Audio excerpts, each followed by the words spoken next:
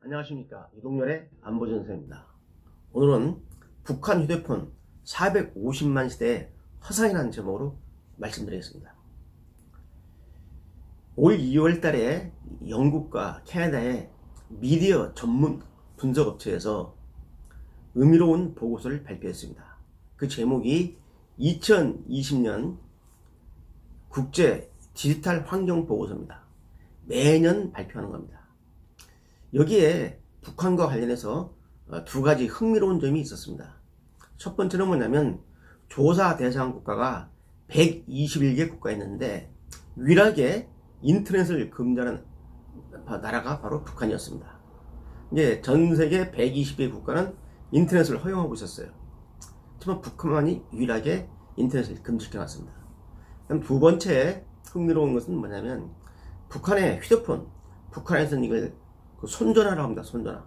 이 휴대폰 그 보급 대수가 452만 대라고 했습니다.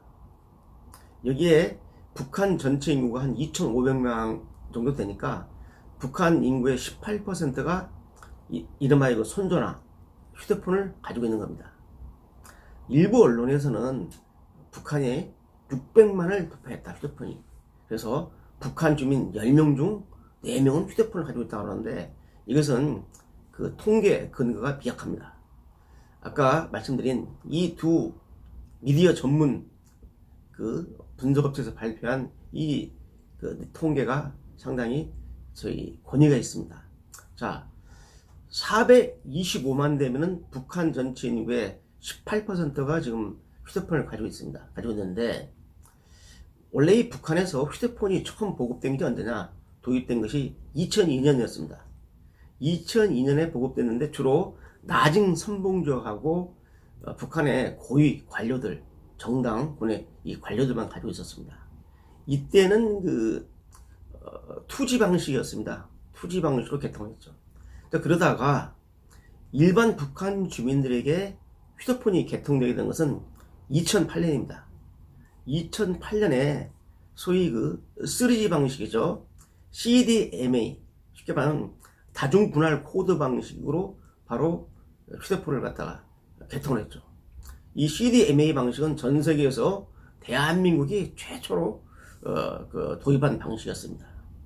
그런데 이때 이제 그 보급이 됐는데 이 보급을 누가 했냐면 북한이 한 게 아니라 그 저쪽에 이집트에 있는 오라스콤이라고 하죠. 오라스콤의 회사에서 75%를 대고 북한이 25%를 대서 바로 그 고려링크라는 소위 그 휴대전화 회사를 만든 겁니다.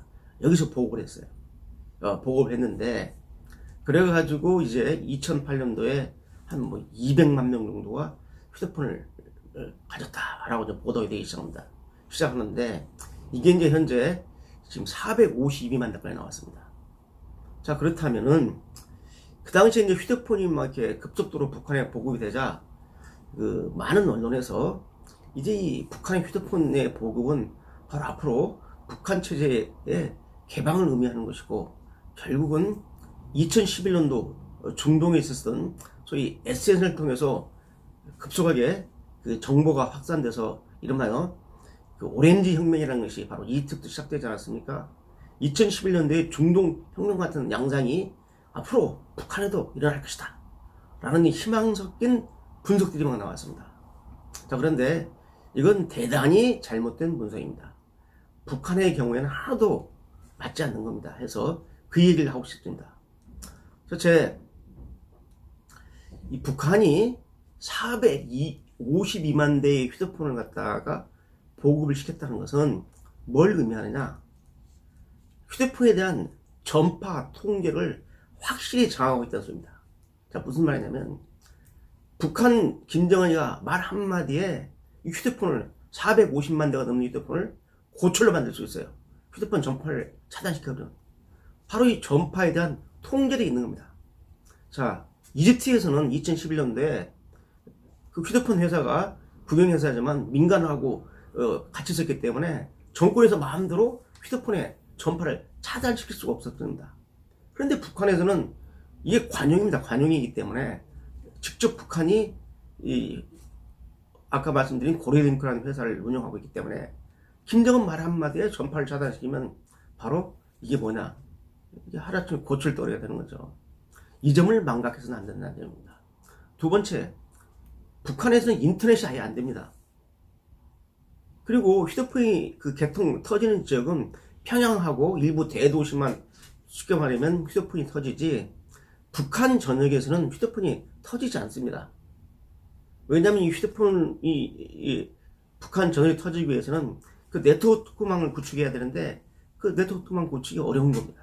그래서 대도시하고 평양에서만 소통이 되죠. 자, 이 450만 명 중에는 북한의 고위 간부들, 당 간부들을 가지고 있겠죠. 또 여기에다가 그 당 간부 자제들이, 요새 젊은 애들이 휴대폰을 많이 합니다. 거기에다가 이제 그 장마당에서 부를 추구한 붉은 자본가들, 상인들이 휴대폰을 많이 보고 있죠. 근데 휴대폰 값이 일반적으로 그 보급되는 게 아닙니다. 휴대폰 가게 최선에 나온 길동무라든지, 길동무 아마 내비게이션 의미를, 길동무라든지 또는 그 아리랑 시리즈가 있습니다. 이게 그 북한 휴대폰, 스마트폰식인데 이게 600달러에서 800달러입니다. 북한 그 보통 주민들이 한 달 그 급여가 벌어들이는 돈이 10달러 미만입니다. 근데 이 엄청난 돈을 주고 휴대폰을 사야 되고, 물론 중고폰은 100달러에서 한 200달러까지 정도 좀 살 수가 있습니다. 그런데 휴대폰만 사면 되는 게 아니라 바로 통신 사용료를 내야 됩니다. 보통 한 달에 한 2,500원 정도. 그러니까 일반 노동자들 월급보다 많습니다. 이 엄청난 돈을 들여서 휴대폰을 구입하는데 우리같이 일반 보통 주민들이 휴대폰을 갖고 있는 게 아닙니다. 아까 말씀드렸지만 북한 전체 인구의 18%만이 가지고 있어요. 이 평양 근처에는 그 젊은 애들은 뭐 거의 상당수 가지고 있을 정도로, 평양은 또 일반 지방도시랑 다르거든요. 그렇기 때문에 휴대폰 사용이 이렇게 점점 확대되는 것은 사실이지만은 일반 북한 주민들이 가지고 있을 정도는 아니다라는 말을 드립니다.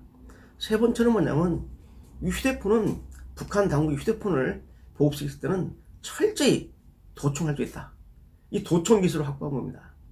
CDMA 방식이 우리 대한민국이 세계 최초로 도입을 했는데, 미국은 3년 후에 이 CDMA 방식을 채택했습니다. 이게 3G 방식입니다. 왜 그런지 아십니까? 미국이 우리보다도 기술력이 뛰어나지만은 왜 3년 후에 했느냐? 미국 당국이 CDMA 방식에 대한 도청 기술을 완벽하게 확보할 때까지 도입을 안 하는 겁니다. 그래가지고 도청 기술을 완전히 확보를 해서 CDMA 방식을 유통시킨 거죠. 바로 북한이 지금 현재 운영되고 있는 북한 휴대폰은 3G 방식입니다. 도청 기술을 확실히 갖고 있기 때문에 전파 추적을 해서 다 잡아드립니다. 아마 탈북해 오신 분들은 북한이 어떻게 휴대폰 통화를 추적하는지를 알 수 있을 겁니다. 자, 그렇기 때문에 이제 결론적으로 말씀드리면은, 북한 휴대폰이 많이 보급됐다고 해서 바로 우리와 같은 생각을 가지시면 안 됩니다. 인터넷은 완전히 차단돼 있지, 그 다음에 휴대폰으로 아까 말씀드린 대로 그런 급속하게 문자를 확산시킨다, 정권에 반대하는 집회를 조직한다, 있을 수 없는 일입니다. 도청해서 철저히 가려내고, 그 다음에 문제가 되면 하루아침에 휴대폰을 전파를 차단시켜서 고칠덩어리를 만들 수 있거든요.